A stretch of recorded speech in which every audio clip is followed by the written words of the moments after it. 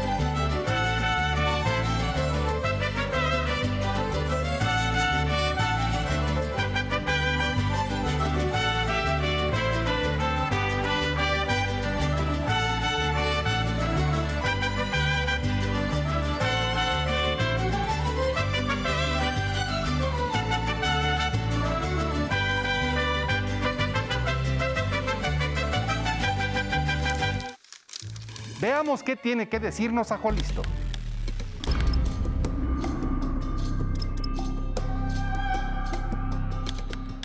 ¡Hola! Soy Ajolisto y quiero decirles que es muy importante continuar con las recomendaciones para evitar contagios de COVID.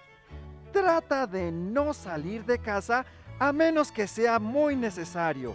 Y si lo haces, utiliza el cubrebocas. Lava tus manos frecuentemente con agua y jabón durante 20 segundos. Ahora es momento de continuar con el programa de hoy. ¿Listas? ¿Listos? ¡Muy bien! ¡Nos vemos pronto!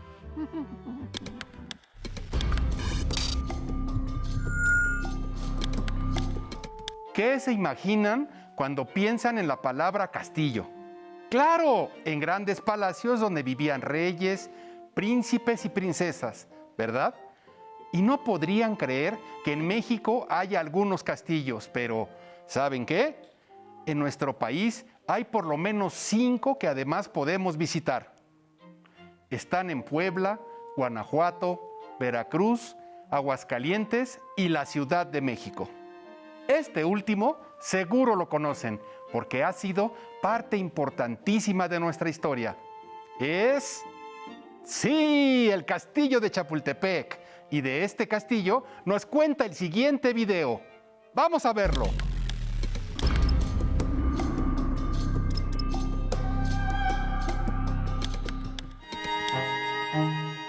En la parte más alta del Cerro de Chapulín, a 2.325 metros sobre el nivel del mar, se levanta orgulloso un antiguo palacio imperial, único en América Latina. Es conocido como el Castillo de Chapultepec, un lugar histórico, mágico, una joya arquitectónica, arquetipo de arte y cultura. Es un tesoro que alberga tesoros. Vamos a hacer un breve recorrido para conocer algunos de sus tesoros: el Alcázar, los murales y el Jardín de las Pérgolas.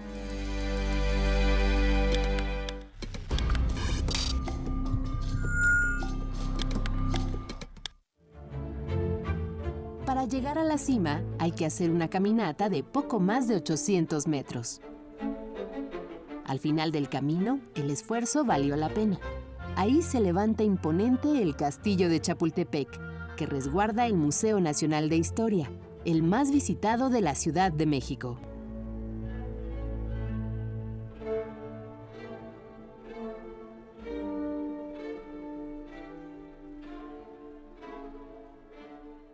Más allá de tener mucho público, pues la idea es que la gente pueda tener una visita cómoda, una visita tranquila, que no nada más vea la sala, sino que a lo mejor se encuentre un concierto o de repente venga alguna conferencia o pueden venir la noche a noche de museos. Pero el castillo no fue siempre un museo. Su historia inicia en el siglo XVIII. El castillo de Chapultepec nace de un accidente. Estalla la casa del virrey en la parte baja del cerro, hacia 1780. Estalla porque había una fábrica de pólvora a un lado. Y entonces el virrey Matías de Gálvez decide reconstruirla. El encargado de hacerlo fue el ingeniero catalán Agustín Mascaró. El capitán Mascaró había tenido una serie de obras en España. Él incluso hizo allá otro castillo, el de San Fernando, en Figueras, en la actual Cataluña. Y él, pues muy experimentado, llega a México y entonces rehabilita en el antiguo Cerro de Chapultepec, donde había algunas construcciones, pues una edificación con mayor calidad. Tuvo diversos usos: casa de descanso de virreyes, bodega de maíz, colegio militar, observatorio astronómico y hasta hogar del emperador Maximiliano de Habsburgo y la emperatriz Carlota. Con Maximiliano se hacen una serie de adecuaciones en el castillo de Chapultepec para darle una posibilidad de habitarlo. Va a ser la primera vez que la sede de gobierno sale del centro y se traslada prácticamente fuera de la ciudad. Así que no es sino hasta la época de Manuel González Flores, el general, en 1880, que él prepara ya como residencia el castillo de Chapultepec. Él deja una serie de instalaciones que después Porfirio Díaz va a ir afinando y puntualizando para darle un equilibrio y una belleza colosal. Aquí sorprendió a todas las legaciones que vinieron a las fiestas del centenario, les enseñó cómo vivía el presidente de la República y pues mostró al mundo una nueva visión de nuestro querido México. Fue habitado por Porfirio Díaz, Francisco I. Madero, Venustiano Carranza y Álvaro Obregón, entre otros.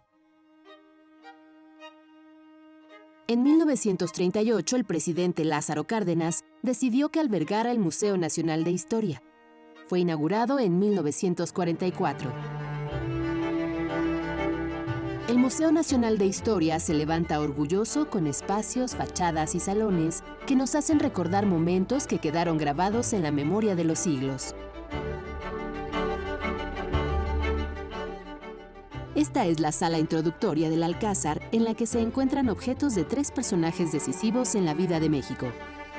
Maximiliano de Habsburgo, quien representó el intento fallido de hacer de nuestro país un imperio bajo el auspicio de Francia. Benito Juárez, con quien entramos de lleno en la senda republicana y constitucional. Y el controvertido dictador Porfirio Díaz, quien impulsó la modernización económica, puso a México en el escenario internacional, pero gobernó con mano dura y ensanchó la brecha entre la riqueza y la pobreza. En el área del Alcázar, que está al oriente del museo, es el Museo de Sitio. Ahí lo que hay son escenificaciones de los espacios como debieron haberlo vivido Maximiliano o los presidentes. Y se exhiben cosas que eran pertenecientes a ellos, muebles, instrumentos de música, algunos cuadros, tapices, libros. Eso es lo que se ve en esa área, el área oriente. Son salones amueblados suntuosamente, que se abren a una terraza exterior para ofrecer una vista panorámica de la ciudad. El castillo de Chapultepec es el único castillo de América porque en él vivió un emperador, Maximiliano de México, quien gobernó nuestro país entre 1864 y 1867.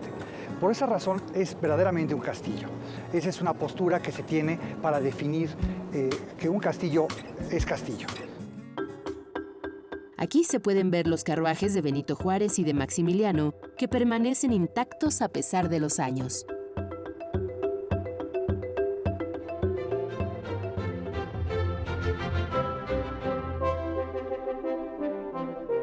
En la planta baja del Alcázar destacan habitaciones que fueron ocupadas en su momento por el emperador Maximiliano y la emperatriz Carlota.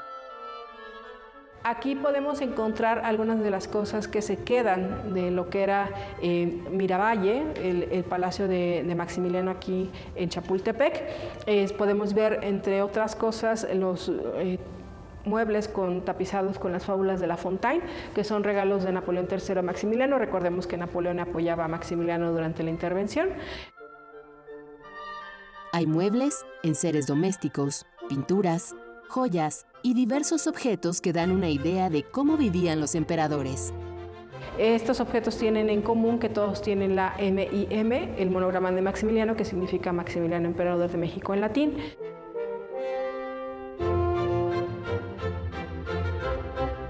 Más adelante se encuentra el comedor, el salón de los gobelinos, la sala de juegos y la escalera interior.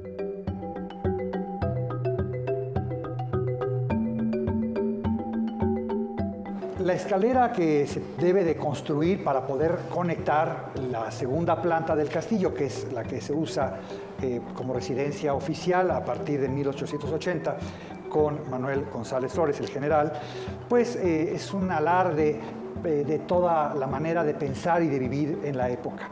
En poco espacio se logra un semihelicoide, donde una escalera en madera que va a dar una elegancia y un confort notable, un barandal con una serie de balaustras hechas en bronce, un pasamanos finamente forjado en madera y la decoración de todas las paredes imitando el boiserie, que es esta manera de decorar los interiores en Francia y en Austria, pero aquí están hechos con pintura.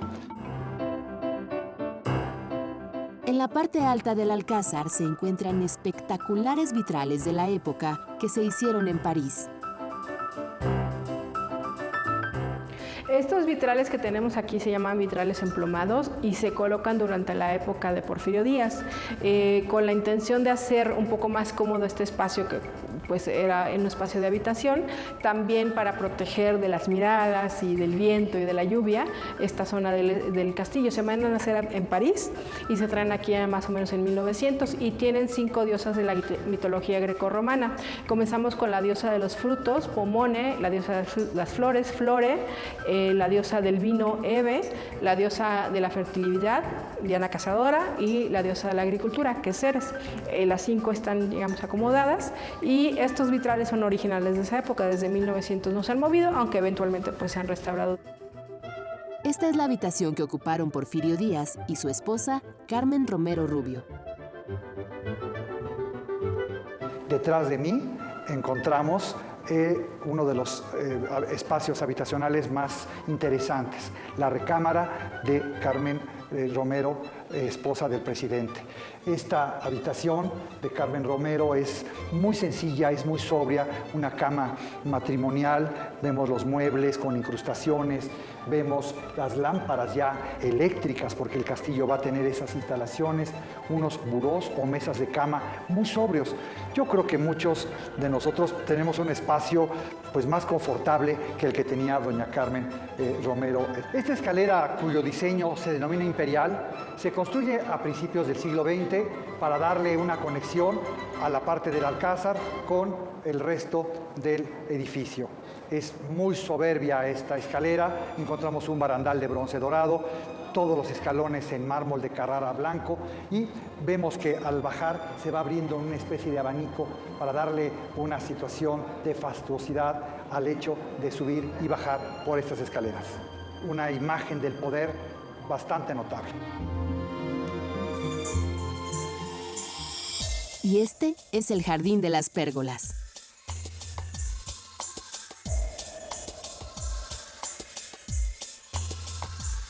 El Jardín de Pérgolas, construido en la década de los 20, cuando ya los presidentes de México usan como residencia oficial el Castillo de Chapultepec, es un sitio de grandes valores arquitectónicos. Aquí vemos elementos que nos recuerdan el Art Deco, vemos las pérgolas que le dan el nombre a este jardín, y las pérgolas son importantísimas en la Ciudad de México porque recordemos que la ciudad se usaba mucho las azoteas y muchas de las azoteas de las casas comunes de los habitantes de la ciudad tenían pérgolas. Así que agregar pérgolas en este jardín es un acierto notable.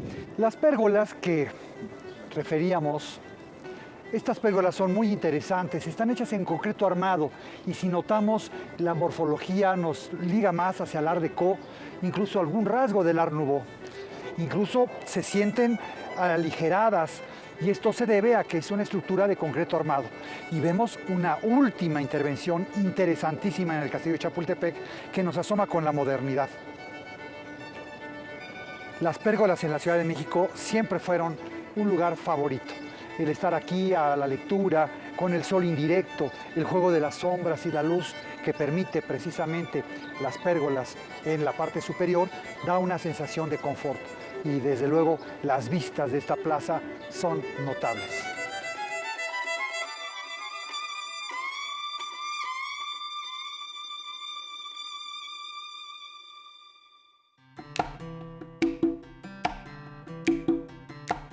El Museo Nacional de Historia resguarda objetos, imágenes y murales que narran a través de muestras de la vida cotidiana y de los rasgos sociales, políticos, religiosos y militares, momentos desde la conquista en el siglo XVI hasta el México del siglo XX.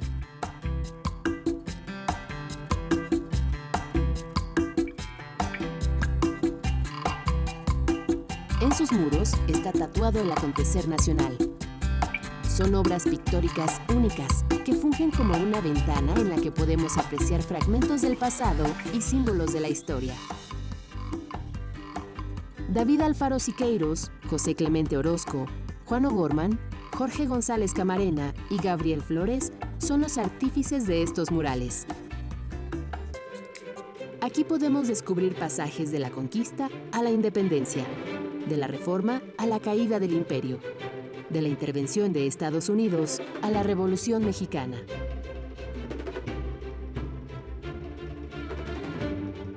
Este es el mural del porfirismo a la Revolución, de David Alfaro Siqueiros. Abarca de 1906 a 1914. En él se observa la figura petrificada de Porfirio Díaz, rodeado de su gabinete y pisando la Constitución de 1857. Después representa nuevamente a Porfirio Díaz, pero esta vez ya como luce Porfirio Díaz en la realidad, rodeado del grupo de los científicos y en esta vida de lujo y riqueza que justamente tiene y que para el pintor le evita ver o le impide ver lo que pasaba en el resto del país. La tercera parte es la que para el pintor es la semilla de la Revolución Mexicana, que es la huelga de Cananea que ocurre en 1906 en Cananea, Sonora, que es una huelga que está retratada desde el punto de vista de los mineros que se alzan o se ponen en huelga para pedir mejores condiciones de trabajo. David Alfaro Siqueiros nos muestra a bailarinas del cancán que entretienen a los aristócratas, mientras el pueblo vive casi en la esclavitud. El artista Gabriel Flores representa la intervención norteamericana. En esta obra muestra la caída de Juan Escutia, uno de los niños héroes, durante la batalla contra las tropas estadounidenses en el castillo de Chapultepec en 1847. Fue pintado cayendo con la bandera de México. Atrás de él aparece un águila que simboliza a la nación mexicana.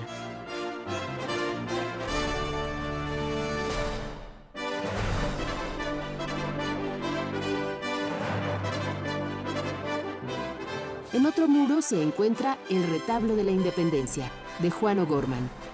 Narra el periodo de 1795 a 1813. Presenta a la sociedad en la Nueva España, la figura principal de la independencia, Miguel Hidalgo, y el Congreso de Chilpancingo, con José María Morelos al frente. Este mural retrata en 4 momentos el inicio de la independencia de México. O'Gorman se basa en pinturas, en los diferentes objetos que tenemos de hecho exhibidos en esa sala para poder crear este mural, que es de 1960 a 1961 y comienza pues con las condiciones de vida en la época de la Nueva España, obviamente tanto los ricos como los pobres, después la ilustración como este fundamento ideológico de los criollos que participan en la lucha, después ya la guerra de independencia, digamos que hay parte del mural en 2, está Hidalgo al centro como el antes y el después, y finalmente el Congreso de Chilpancingo de 1813, en el que José María Morelos y Pavón lee su documento Los sentimientos de la nación y termina con Vicente Guerrero el mural. Este es uno de los murales más difundidos y reproducidos. Juárez, símbolo del nacimiento de la República contra la intervención francesa. Antonio González Orozco pone frente a frente a dos ejércitos. Uno, bien armado, entrenado, hábil y poderoso. Del otro lado, el ejército mexicano, que aparentemente era más débil, pero reforzado por civiles, impide la intervención extranjera. En lo alto se yergue imponente Benito Juárez, enarbolando la bandera nacional.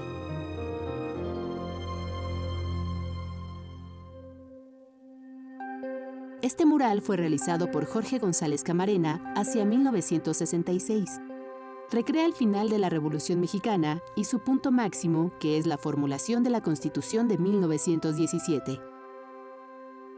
Las hojas que va firmando Carranza se elevan hacia el cielo, se van transformando en tierras fértiles, que más tarde simbolizarán el reparto agrario. Y las hojas negras se van convirtiendo en las ruinas del pasado porfiriano. Al lado derecho de Carranza están los ejércitos revolucionarios. A la izquierda, el águila nacional, cuyas plumas se van convirtiendo en los rostros de los constituyentes.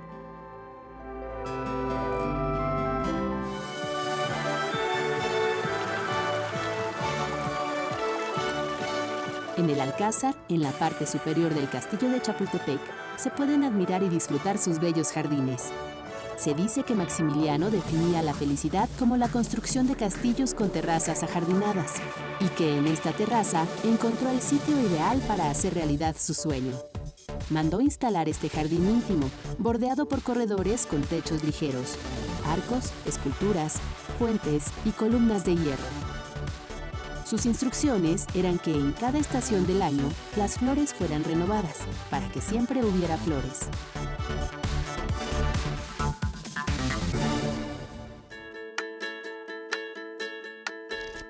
Este es otro de los tesoros del Museo Nacional de Historia. Es el Cuello Chimali, una insignia circular que tiene más de 500 años de antigüedad. Fue elaborada en talleres especializados de Tenochtitlan, donde se confeccionaban ornamentos y distintivos para sacerdotes y guerreros. Es muy probable que esta pieza formara parte de las reliquias del tesoro de Moctezuma Xocoyotzin. Esta pieza, que hoy conocemos como el Chimali de Chapultepec, es una pieza emblemática de las culturas prehispánicas de nuestro país. Definitivamente nuestra hipótesis es que no fue manufacturado para ser usado en el campo de batalla. Es una insignia que muy probablemente perteneció a un gobernante o a un jefe guerrero, y quizá, ¿por qué no?, estuvo en las arcas de las colecciones del emperador Moctezuma. El Chimali salió de México durante la conquista. Hernán Cortés lo envió al emperador Carlos V. Su importancia y singularidad radica en varios aspectos. El primero es que es la única pieza que hasta el momento conocemos que cruzó 2 veces el Atlántico, en términos de colecciones plumarias. Sale con motivo de la conquista, muy probablemente hacia 1519.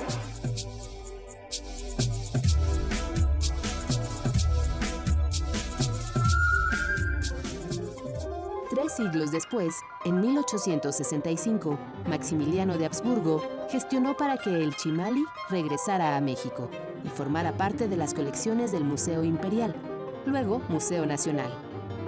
Un año después, llegó a nuestro país procedente de Austria.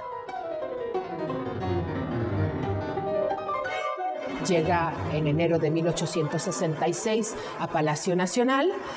Ahí seguramente se resguardó muy bien y hay un registro fotográfico en blanco y negro en donde el Chimali aparece tras un vidrio en un marco de hoja de oro, como si fuera un cuadro muy bien enmarcado. Entonces, claro que eso ayudó para su conservación.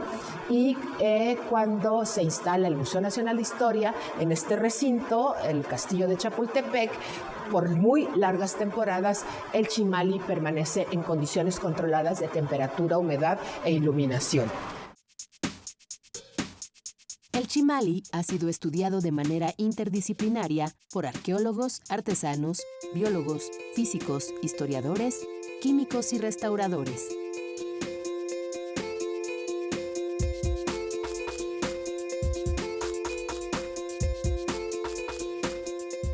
Poco a poco se han desentrañado sus secretos. Se descubrieron los materiales y especies animales involucradas en su manufactura. Las técnicas de realización, que está profusamente decorado con plumas, láminas de oro, perlas, cuentas de piedras semipreciosas, cascabeles y conchas. El chimalí se confeccionó con 26.400 plumas, procedentes cuando menos de 7 especies de aves. Y las lunas eran de oro. La piel del felino sabemos que venía del sur, de más de 1.000 kilómetros de distancia, en este imperio que construye, que termina de construir Moctezuma y que consolida. Durante muchos años se le llamó el escudo con piel de jaguar. Y así por varias décadas, hasta que tuvimos ahora la oportunidad de hacer una investigación interdisciplinaria en la que participó la Escuela Nacional de Ciencias Biológicas del Instituto Politécnico Nacional, y este laboratorio, a partir de su experiencia obviamente y sus colecciones de referencia, pudieron identificar la médula de un pelo de la piel manchada, y resulta que no es un jaguar, que no se trata de piel de jaguar, es piel de ocelote. De igual manera, el Poli participó también en la identificación del pelambre que soportaba las finas láminas de oro sobre las lunas, y resultó ser pelo de conejo. Nos aportó la información sobre el uso de patos, de cotinga amabilis, de varios loros, de quetzal y posiblemente de platalea ajaja. El chimalí es un objeto preciado que, con sus 500 años a cuestas, mantiene viva la historia de los pueblos prehispánicos.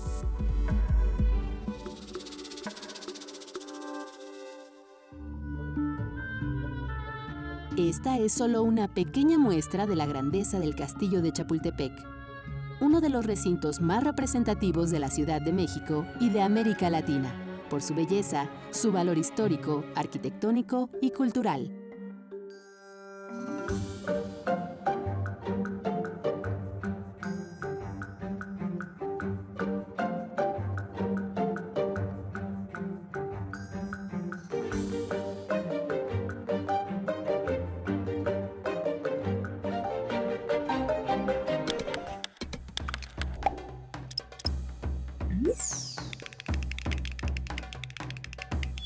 ¿Cuándo sufrió daños el Castillo de Chapultepec?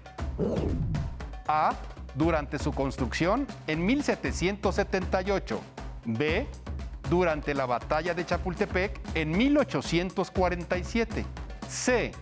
Durante su remodelación en 1850.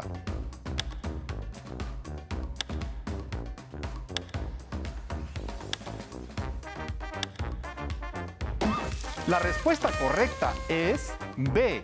Durante la Batalla de Chapultepec de 1847. Ya saben, la próxima vez que vayan a Chapultepec tienen que visitar este maravilloso castillo. Claro que Chapultepec tiene tantas cosas en sus 678 hectáreas que necesitarían ir no una, sino muchas veces a pasarla de lo lindo. Y para demostrarlo, veamos este video.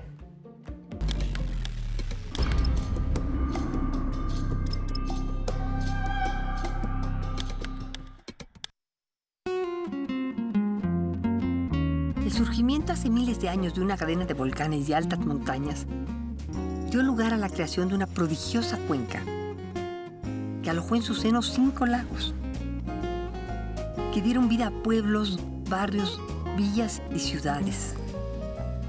Al paso de los siglos, han ido conformando la Ciudad de México, una de las más grandes, complejas y bellas del mundo.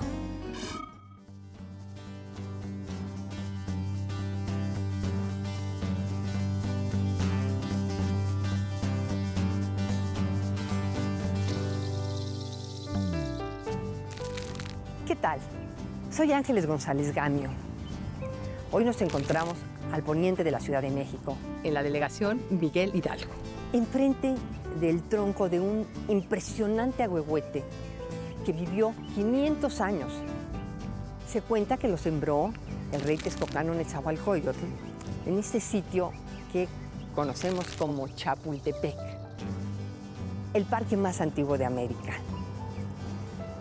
Este ahuehuete nos habla mucho de la historia de este lugar, que es fascinante. Que a este lugar fue el primero que llegaron los aztecas o mexicas, que fueron, como sabemos, la última tribu en llegar a la cuenca, que ya estaba dominada por muchos otros pueblos, particularmente por los tepanecas de Azcapotzalco, quienes los expulsaron violentamente de aquí y tuvieron que ir a establecerse en unos islotes en medio de los lagos, donde crearon la prodigiosa México Tenochtitlan, que acabó siendo un poder importantísimo que controló a todos los pueblos. Y nunca se olvidaron de este lugar a donde había sido el primer sitio que arribaron. Chapultepec significa Cerro del Chapulín. En su glifo aparece un lindo chapulín. Ellos crearon aquí un parque de recreo a donde venían los monarcas mexicas a pasar horas de descanso. Crearon arriba del cerro un adoratorio para el dios Tlaloc e invitaron al texcocano Netzahualcóyotl a tener aquí también una residencia de descanso. Si me acompañan, les voy a platicar por qué razón.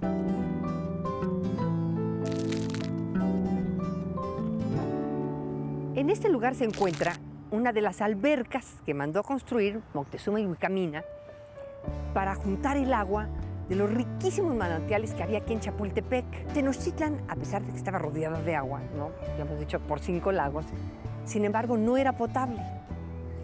Por esa razón le pidieron a Netzahualcóyotl, que era el gobernante de Texcoco, que aparte de ser un gran poeta y un sabio, era un gran arquitecto. Figúrense que les había diseñado a los mexicas un dique que se conoce como el Albarradón de Netzahualcóyotl, que separaba las aguas saladas del lago de Texcoco de las aguas dulces de los otros lagos para evitar las inundaciones terribles que padecía Tenochtitlan. Por lo tanto, decidieron encargarle que les diseñara un acueducto que llevara las aguas de estos manantiales, que eran purísimas para beber, a Tenochtitlan. Y así lo hizo. Fue un hermosísimo acueducto de barro que fue destruido por los españoles cuando atacaron brutalmente a Tenochtitlan y finalmente lograron derrotarlo. Les cortaron el agua potable, imagínense. Sin embargo, los españoles, después de la conquista, cuando deciden levantar su ciudad encima de los restos de México Tenochtitlan, pues vuelven a rehacer el acueducto, que tenía un magnífico diseño. Pero ya lo van a hacer de piedra, más formal, y a la fecha podemos ver en Avenida Chapultepec unos arcos que se conservaron de ese acueducto legendario. Los aztecas o mexicas decidieron sembrar árboles de muchas especies. Y Netzahualcóyotl, a quien le dieron en agradecimiento un lugar para que hiciera una residencia, que amaba la naturaleza profundamente, él mandó sembrar muchos ahuehuetes. Entre otros, esa maravilla que vimos, que fue el único que sobrevivió, medio sobrevivió. Ahuehuete quiere decir viejo del agua. Así que el lugar era muy propicio porque, como ya vimos, había muchísima agua por los manantiales. Desgraciadamente no los acabamos, como hemos hecho con todo el agua de esta riquísima cuenca lacustre. Y finalmente se acabó muriendo ese gran ahuehuete que vimos por la falta de agua. Pero hasta los años 60 del siglo XX, imagínense que duró casi 500 años. Fue bautizado como el Sargento por los militares que estudiaban en el colegio militar que ocupó un tiempo lo que ahora es el castillo de Chapultepec.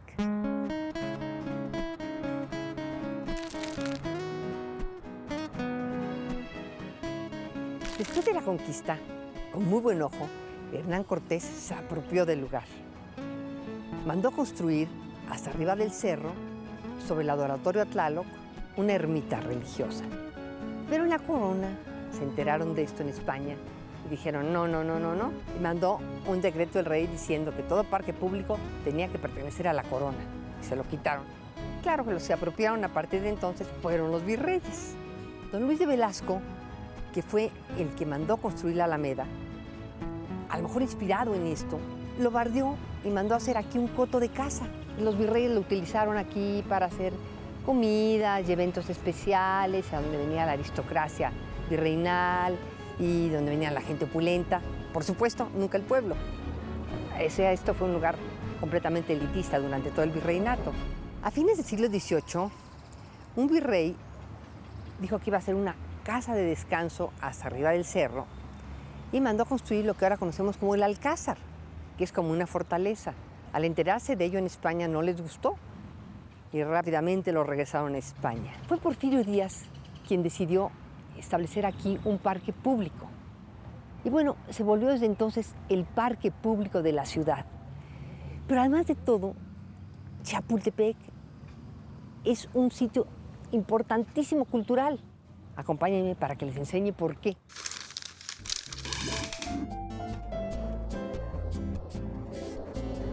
Los años 60 del siglo XX fueron años de gran bonanza económica para México y se tuvo el acierto de invertir en la cultura. Entre otras cosas, se decidió hacer museos. Se eligió Chapultepec porque era un parque público al que ya venía la gente y había que aprovechar eso. Así nació el Museo de Arte Moderno, que custodia la colección de arte mexicano que va de los años 20 del siglo XX hasta nuestros días. Es muy interesante porque es que nos permite ver un poquito la evolución que tuvo el arte mexicano en ese siglo, cómo se desarrolló esa escuela mexicana que fue tan propia nuestra, ¿no? Que expresó lo que era México realmente, y cómo fue evolucionando. Actualmente exhibe también obra de autores contemporáneos. El otro museo que se construyó, importantísimo, bueno, el más importante que tenemos, el Museo Nacional de Antropología, que vamos a visitar en un rato. En los años posteriores se levantó el Museo de Historia Natural, el Papalote Museo del Niño, un lugar extraordinario. Se hizo el Museito del Caracol, en donde ya existía el Museo Nacional de Historia, en el Castillo de Chapultepec. Y bueno, finalmente se construyó en los años 80 este maravilloso recinto donde nos encontramos, que es el Museo Rufino Tamayo, que alberga la colección que donó el pintor al pueblo de México de su propia obra y de obra de autores internacionales de renombre. La obra la realizaron el arquitecto Abraham Sabludowski y el arquitecto Teodoro González de León. Y como verán, es una obra excepcional. Es en sí el edificio una obra de arte, que también tiene muchas actividades y exposiciones temporales frecuentes. Y el Museo del Agua. No se van a imaginar eso, pero hay un Museo del Agua, que en realidad no nació como museo. Era el Cárcamo, donde se iban a recibir, Cárcamo es una especie de poza, de fuente, donde se iban a recibir las aguas del río Lerma para distribuirse en toda la ciudad. Esa obra se hizo alrededor de los años 50 del siglo XX e invitaron a Diego Rivera que la pintara. Y desarrolló una obra maravillosa que se titula El agua y el origen de la vida, en la que nos muestra desde la primera célula que surge en el agua, de la que va desarrollándose la vida, muestra toda la fauna marina, después la fauna terrestre, hasta terminar en el hombre. Y hace también un homenaje a todos los que trabajaron en esa obra, que en su momento fue una obra importantísima, inclusive hubo gente que murieron haciendo esa obra, y le rinde un homenaje en esa obra. Y en el exterior, él diseñó una figura de un hombre que representa a Tlaloc, el dios de la lluvia, en una fuente de piedra volcánica. Muy interesante. ¿Y qué les parece si ahora nos vamos a ver la joya de la corona, el Museo Nacional de Antropología? ¿Vamos?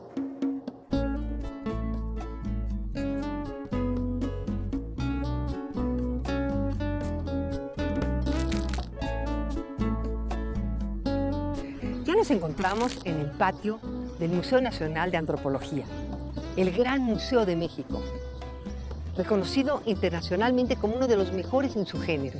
Alberga una colección impresionante de arqueología prehispánica y de etnografía.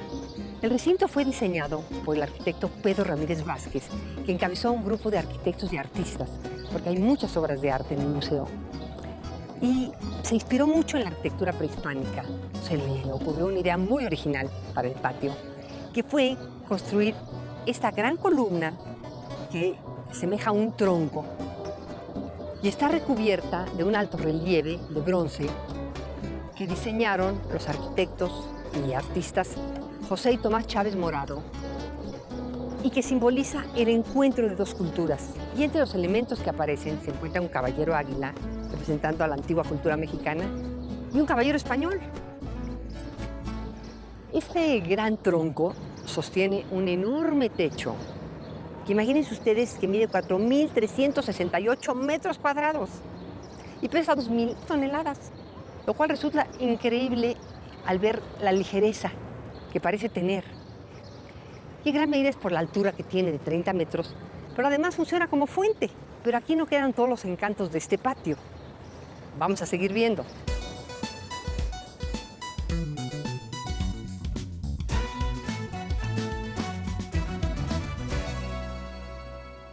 En otro costado del patio se encuentra un gran estanque que nos recuerda cómo era el ambiente lacustre cuando existían los lagos, con lirios, tortugas y algunos peces. El museo cuenta con 25 salas. Comienza con una introducción a la antropología desde el poblamiento de América y concluye en el posclásico. Se recorren prácticamente todas las culturas importantes que hubo en lo que ahora llamamos México. La cultura del Golfo, de Occidente, de Oaxaca, de la zona maya, de Teotihuacán, los toltecas y, por supuesto, importantísimo, la sala mexica. Pero ahí no queda la cosa, porque eso es aquí en la planta baja. Pero en la planta alta resulta que hay una exposición notable de etnografía que muestra la cultura material de los pueblos indígenas actuales. Entonces ustedes van a ver reproducido cómo viven ahora muchos de nuestros grupos indígenas. Entonces, si les parece, ¿por qué no nos damos una asomadita a la sala mexica?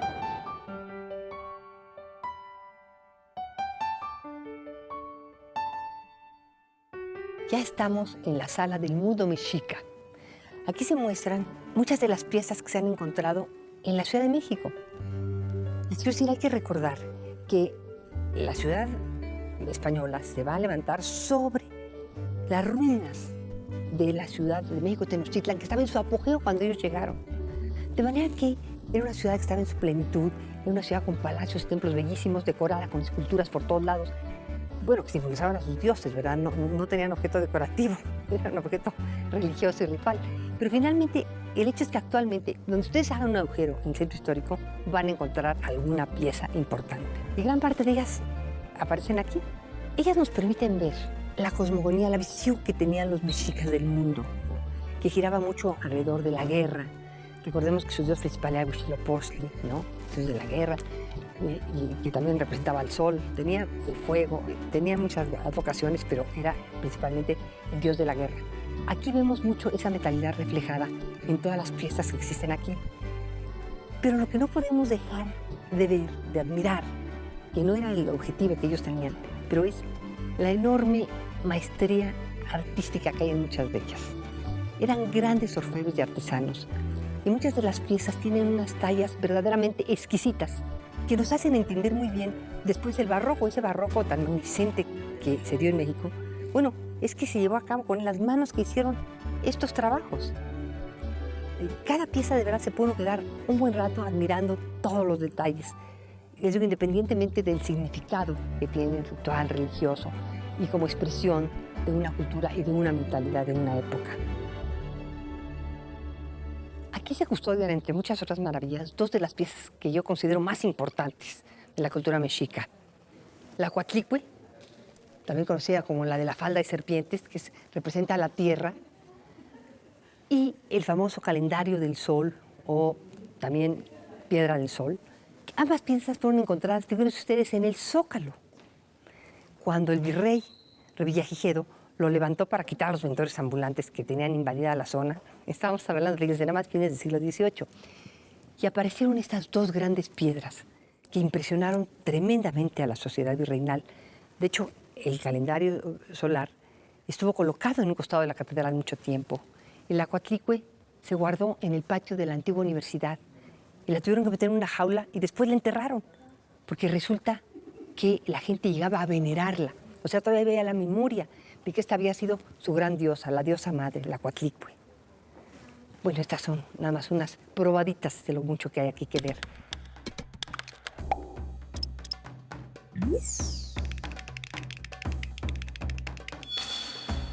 ¿Cuánto mide el bosque de Chapultepec? A. 678 hectáreas. B. 1000 hectáreas. C. 2000 hectáreas.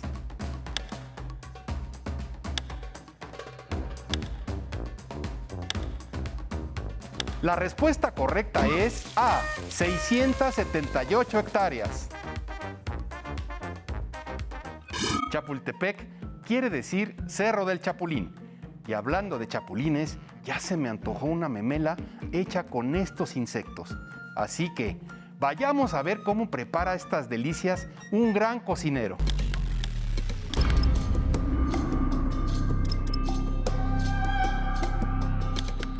Además es muy importante que sea de maíz nixtamalizado, del molino, ¿sí?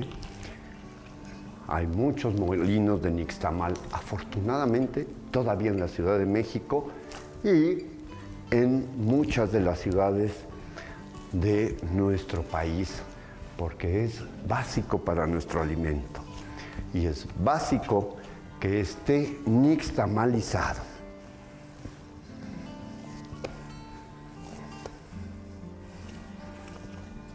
Vean que pronto tomó ya textura manejable y ya ligada. Y entonces agregamos la manteca de cerdo.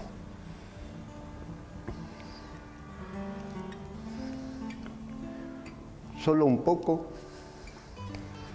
porque nos va a dar textura y sabor.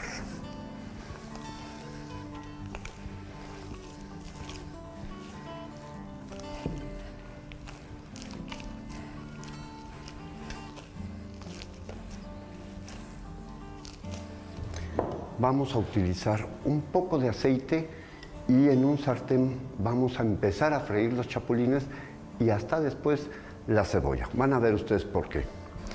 Ya está nuestra sopa, ¿sí? Ha hervido lo suficiente, los quelites tienen presencia, están suaves, pero no están aguados. Y la vamos a reservar, a dejar a un lado mientras preparamos todo lo demás. Tenemos el sartén calentándose, ponemos aceite,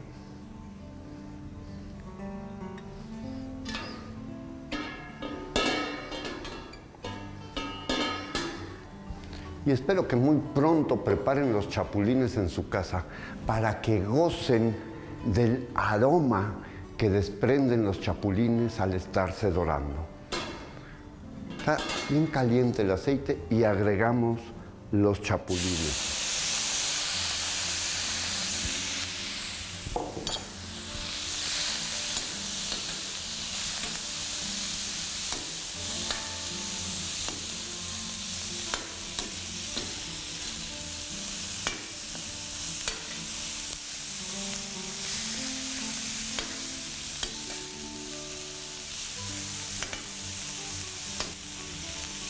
En este caso estoy utilizando chapulines pequeñitos. Muchas veces a la gente son los que más le gustan los pequeñitos. Yo digo que a lo mejor es porque no ven al animal tan completo y formado. A mí en lo particular me gustan los más grandes porque son los que se hacen más crocantes, son doraditos y una exquisita botana así solos. Estoy seguro que si percibieran ya este aroma de los chapulines, ya querrían, aunque sea un taco de chapulines, en lo que están preparadas las memelas. Vamos a agregar ahora la cebolla picada, ya cuando están los chapulines dorados. Y solo vamos a dejar que se medio fría la cebolla para que no se aguade, no suelte jugo y no humedezca nuestros chapulines.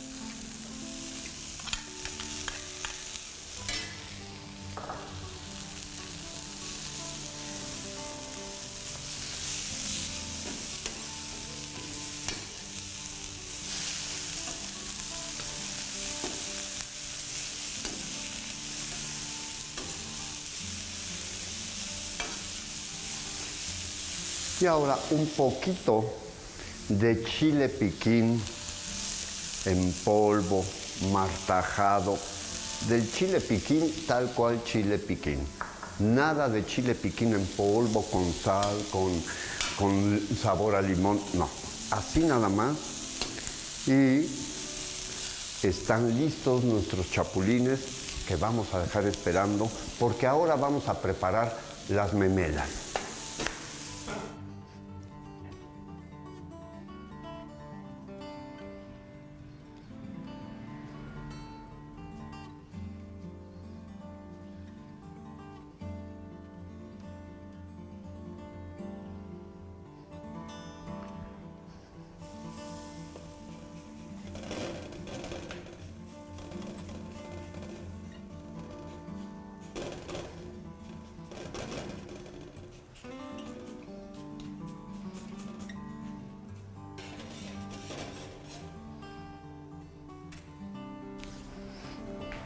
Ahora bien, si ustedes no sienten mucha confianza en poder manejar la masa así para hacer las gorditas, pueden usar una prensa para tortillas.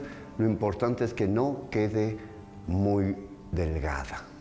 Están listas nuestras memelitas, riquísimas. Vamos a guardarlas en nuestro chiquihuite. Siempre es un guardado cariñoso el que hace el chiquihuite con nuestras tortillas o memelas, las arropa, y eso es precioso. Vamos a prepararnos para moler la salsa en molcajete para acompañar nuestras memelas de chapulines. En un molcajete vamos a preparar la salsa para las gorditas de chapulín. Primero, ponemos unos granos de pimienta gorda que machucamos.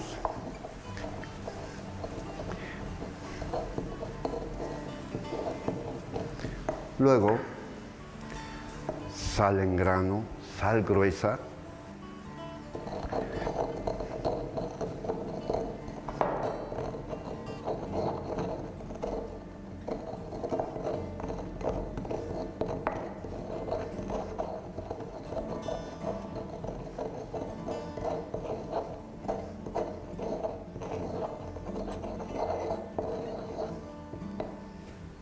Ajo asado.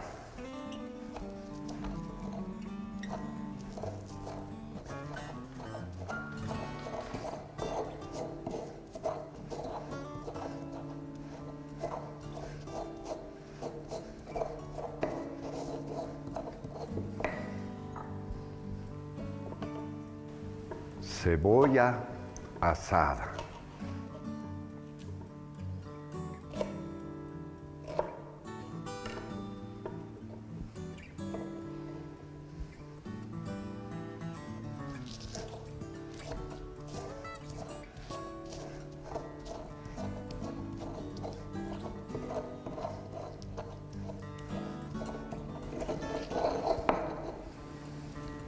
Chile serrano verde, asadito también. Yo los corto para facilitar el molido y darle velocidad al molido en el molcajete.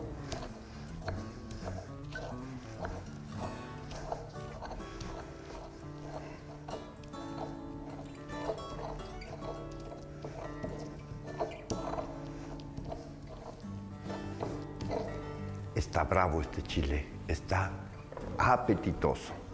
Vamos a poner tomate asado. Este orden de los ingredientes es importante porque la pimienta va soltando sabor y aroma conforme vamos moliendo los demás ingredientes.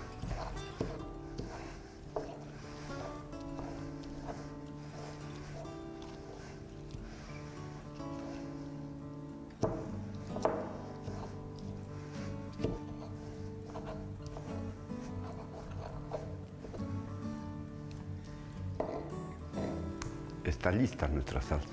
Seguro que está muy buena. Y ahora vamos a rellenar y a capear los chiles de agua, que son el plato estrella de esta ocasión. Vamos, aquí tenemos chile de agua, asado y pelado. Y lo vamos a rellenar con mucho cuidado. Es posible que quieran ustedes rellenarlo con una cuchara, pero podría ser grande para el tamaño de estos chiles. Hay algunos más grandes, dependen un poco de la temporada. Ahora los enharinamos y los pasamos por el huevo y los freímos. Tengo el sartén ya calentándose, pongo aceite,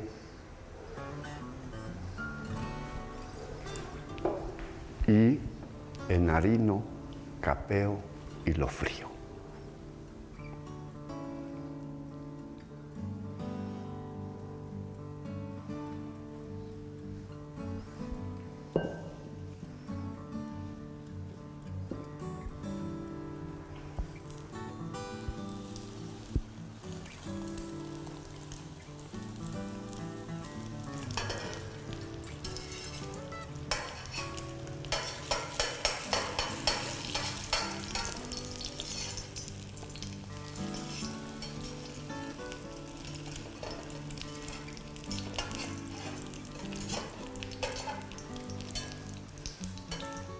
Estamos listos, ya tenemos los chiles capeados, tenemos la salsa para las memelas.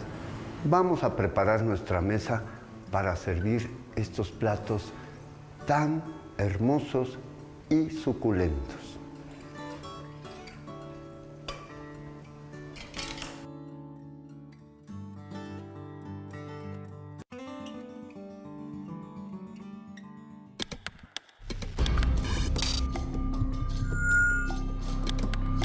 ¿Se les antojaron las memelas de chapulín? Están deliciosas. ¿Les gustaría hacer burbujas gigantes? Sí, pompas de jabón enormes. Aprendamos juntos. ¿Cómo hacer burbujas gigantes? Para hacer burbujas gigantes necesitas una cubeta con agua, detergente para trastes, jarabe de maíz, glicerina, 2 palitos de 50 centímetros cada uno, un cordón de tela de 1,5 metros de largo.